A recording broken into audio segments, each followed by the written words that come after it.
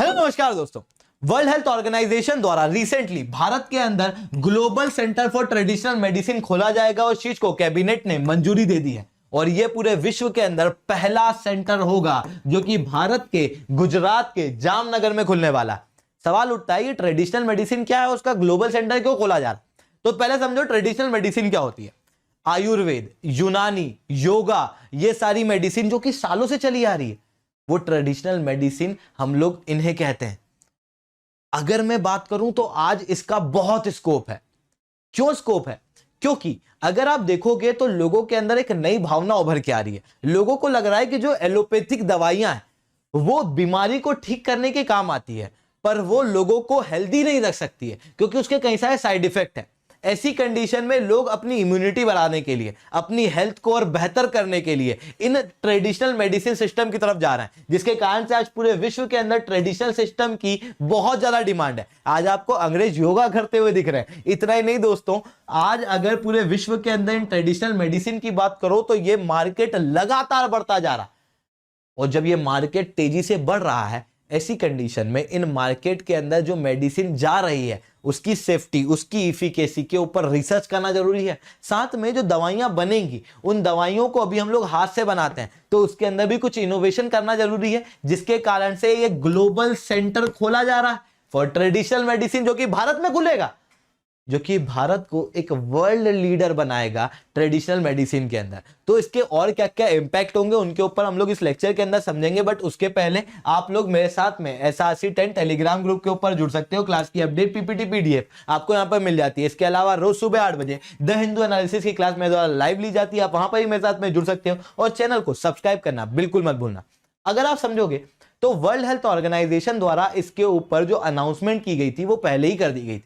World health organisation ने 13 नवंबर 2020, जिस दौरान में 5वां आयुर्वेद डे बनाया जा रहा था, उसी दौरान में अनाउंसमेंट की थी कि भारत के अंदर हम लोग global centre for traditional medicine खोलेंगे, जिसको अभी अभी कैबिनेट ने मंजूरी दी है। अब अगर आप समझोगे तो ये क्यों खोला जा रहा है, तो मैंने आपको बताया मार्केट बहुत तेजी से बढ़ रहा है। ऐसी कंडीशन में हम लोग ये जो आयुष सिस्टम है इसको पूरे ग्लोब पे लेके जा रहे हैं। जब पूरे ग्लोब पे ये आयुष सिस्टम जा रहा है, यूरोप के अंदर इसकी डिमांड है, आज आपको नॉर्थ अमेरिका के अंदर इसकी डिमांड देखने को मिलेगी। ऐसी कंडीशन में इन दवाइयों की क्वालिटी, सेफ्टी, इफिकेसी, एक्सेसिबिलिटी, इनके रैशनल यूज, कितना प्रयोग करना है कितना नहीं करना, उसके ऊपर भी रिसर्च की जानी जरूरी है। साथ में आने वाली जनरेशन को नए डॉक्टर देना जरूरी है जो कि ट्रेडिशनल मेडिसिन के रिकमेंडेशन दे।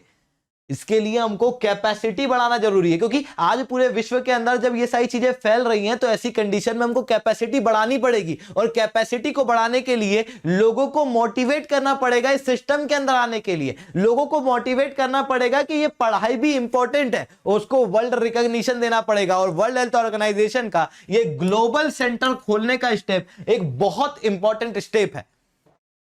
पर ये सेंटर खोला कैसे जाएगा? तो इस सेंटर को खोलने के लिए एक जॉइंट टास्क फोर्स बनेगी, जिस जॉइंट टास्क फोर्स का काम ही होगा इस सेंटर के लिए कोऑर्डिनेट करना, एग्जीक्यूट करना और सारे सिस्टम को मॉनिटर करना।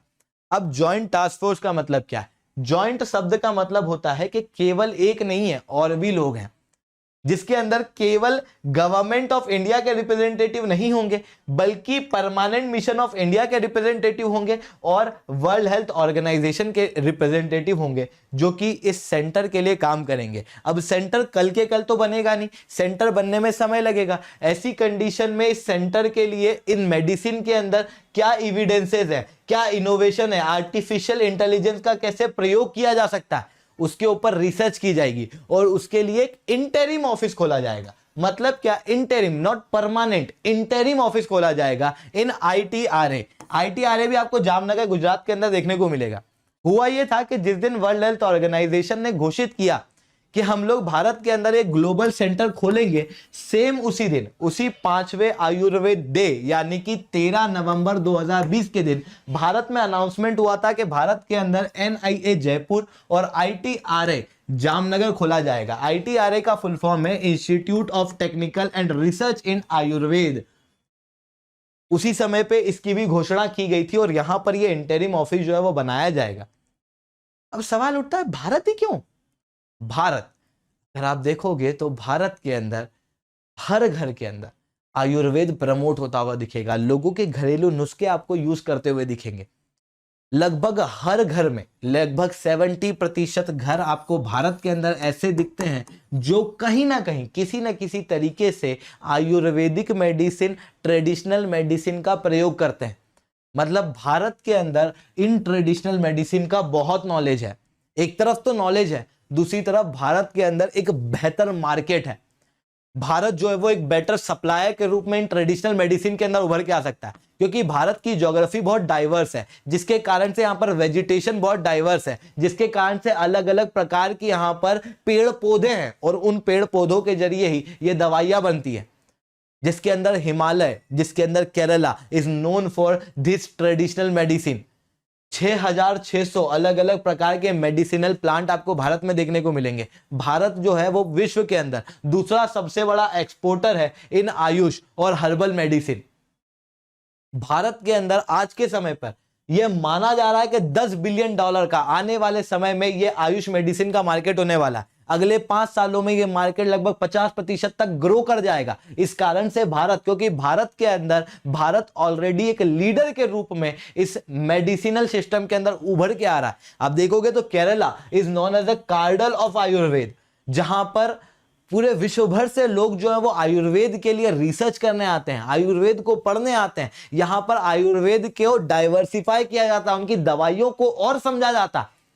इवन कई सारे लोग इस तरीके से आयुर्वेदिक थेरेपी कराने के लिए भी केरला के अंदर आते हैं, जो कि आपको भारत के अंदर देखने को मिलेगा। इस कारण से अब भारत भी रेगुलरली आपको आयुष जो है वो प्रमोट करता हुआ दिखेगा, क्योंकि भारत को पता है हमारे पास में स्कोप है और ये जो मेडिसिन है, ये जो सिस्टम है, इसके अंदर पोटेंशियल बहुत है। क्योंकि अभी वो इंफ्रास्ट्रक्चर डेवलप हुआ ही नहीं है, क्योंकि अभी हम लोगों को एजुकेशन इंस्टीट्यूट बनाना, जहां पर हमको लोगों को पढ़ाना है, रिसर्च इंस्टीट्यूट बनाना है, जहां पर इस चीज के ऊपर रिसर्च करना है, हॉस्पिटल्स बनाने हैं, हम लोगों को कमर्शियल मैन्युफैक्चरर्स बनाने हैं जो कि इन दवाइयों को बनाए ऐसी कंडीशन में जो कि सब कुछ नया बनने वाला है। इस कारण से एम्प्लॉयमेंट और ज्यादा जनरेट यहां पर होने वाला है। ये आयुष मेडिसिन आने वाले समय में बहुत ग्रो करने वाली है। इसी कारण से आप भारत को देखोगे तो भारत ने एक अलग से मंत्रालय बनाया है, ministry of Ayush. Not just this, Bharat द्वारा 2014 के अंदर नेशनल आयुष मिशन चलाया गया था। ये नेशनल आयुष मिशन का पूरा प्लान यही था कि ये जो ट्रेडिशनल मेडिसिन है इनको लोगों के लिए लेके आना।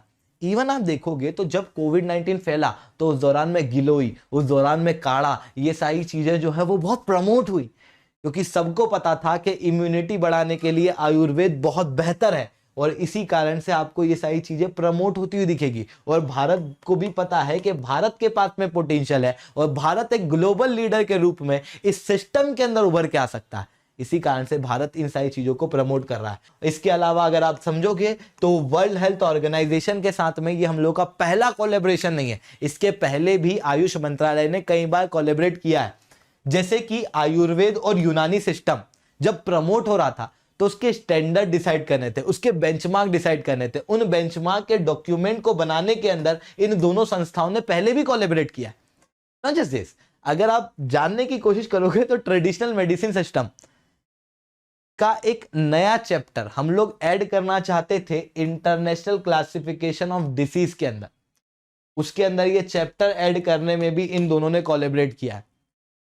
एम योगा ऐप जैसे कई सारे एप्लीकेशन जो कि ट्रेडिशनल मेडिसिन सिस्टम को प्रमोट करते हैं, उनको बनाने में भी इन दोनों संस्थाओं ने आपस में काम किया है। तो दोस्तों आज के लिए इतना ही रखते हैं। लेक्चर अच्छा लगा हो तो लाइक करो, लेक्चर बहुत अच्छा लगा हो तो नीचे SRC10 कमेंट करो। गवर्नमेंट द्वारा जो आयुष प्रोग्राम के अंदर काम चलाए जा रहे हैं उसके अंदर आपकी क्या रिकमेंडेशन है, आपको इन चीजों के ऊपर क्या लगता है, आप अपने थॉट्स जरूर से नीचे कमेंट के अंदर लिखो। मैं आपके थॉट्स बिल्कुल से पढ़ता हूं। इसके अलावा आप लोग चैनल को सब्सक्राइब बिल्कुल से कर सकते हो। और अगर आप लोगों को अनअकैडमी पर सब्सक्रिप्शन लेना है तो इट्स अ हाई टाइम। अभी सब्सक्रिप्शन के ऊपर बहुत अच्छे डिस्काउंट जो है वो चल रहे हैं, क्योंकि अभी अगर आप अनअकैडमी के ऊपर सब्सक्रिप्शन लोगे तो आपको ऑप्शनल बिल्कुल फ्री ऑफ कॉस्ट मिलने वाला है। 12 मार्च तक ये ऑफर जो है वो अवेलेबल है। आपको जो कोड यूज करना है वो कोड है SRC10। SRC10 कोड का यूज करने के बाद में आपको पर्सनली 1-on-1 मेंटरशिप मेरे द्वारा मिलेगी, जहां पर आपकी कंप्लीट तैयारी, आपके पढ़ाई से लेके आपके जितने भी प्रॉब्लम है उनको रिजॉल्व करने तक सब जगह मेरे द्वारा हेल्प मिलेगी। 12 मार्च तक ऑफर अवेलेबल है। आप कोई भी सब्सक्रिप्शन लो, 1 साल से ऊपर का, उसके अंदर आपको ऑप्शनल अभी फ्री ऑफ कॉस्ट मिलेगा। तो जाओ सब्सक्राइब करो। कोड क्या यूज करोगे? SRC10। तो दोस्तों आज के लिए इतना ही। जय हिंद, जय भारत।